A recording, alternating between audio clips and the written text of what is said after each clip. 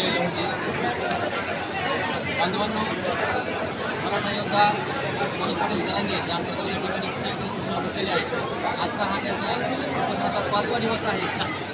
मनोज पाटील जरांगे यांच्या उपोषणाला मराठा आरक्षणाला सर्व समाज बांधवातून पाठिंबा दिसून येत आहे.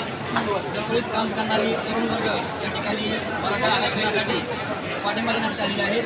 संपूर्ण टीम गेवराई जिल्हा बीड या ठिकाणाहून आलेली आहे. तरी या टीमचं सुद्धा मनापासून आभार आणि कौतुक असं वाटतं मला.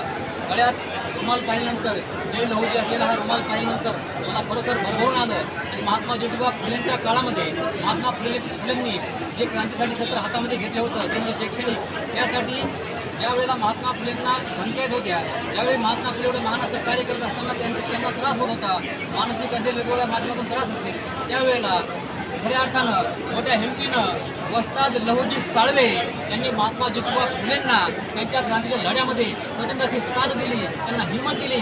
आणि महात्मा ज्योतिबा फुलेंना ज्या लोकांपासून त्रास होता त्या लोकांना धमक दाखवली. आणि खऱ्या अर्थानं वस्ताद लहुजी साळवे हे महात्मा ज्योतिबा फुलेंच्या पाठीमागे का उभा राहिले, तर महात्मा ज्योतिबा फुले हे एक शैक्षणिक क्रांतिकारक होते. म्हणून खऱ्या अर्थानं समाजामध्ये जी माणसं समाजासाठी झगडतात मरतात, त्यांच्यासाठी कुणीतरी समाज कुठला तरी व्यक्ती समूहानं पुढे आला पाहिजे. आणि खऱ्या अर्थानं चळवळीमध्ये काम करत असताना त्या माणसाचं मनोबल वाढवलं पाहिजे. हे मला प्रसंग आठवला आणि म्हणून मी बांधवांचे गळ्यात रुमाल त्यांच्या पाहिले आणि जय लहुजी या रुमालावरती लिहिलं असताना मला खरोखर भरपूर आलं आणि कौतुक वाटलं. त्यामुळं हा व्हिडिओ मला घ्यावासा वाटला.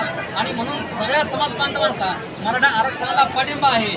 पण चळवळ ज्यांच्या मनामध्ये अंगामध्ये रुजलेली आहे ती माणसं खऱ्या अर्थानं फिरून उठतात आणि त्यांच्या मनामध्ये कुठलाही किंतु परंतु नसतो.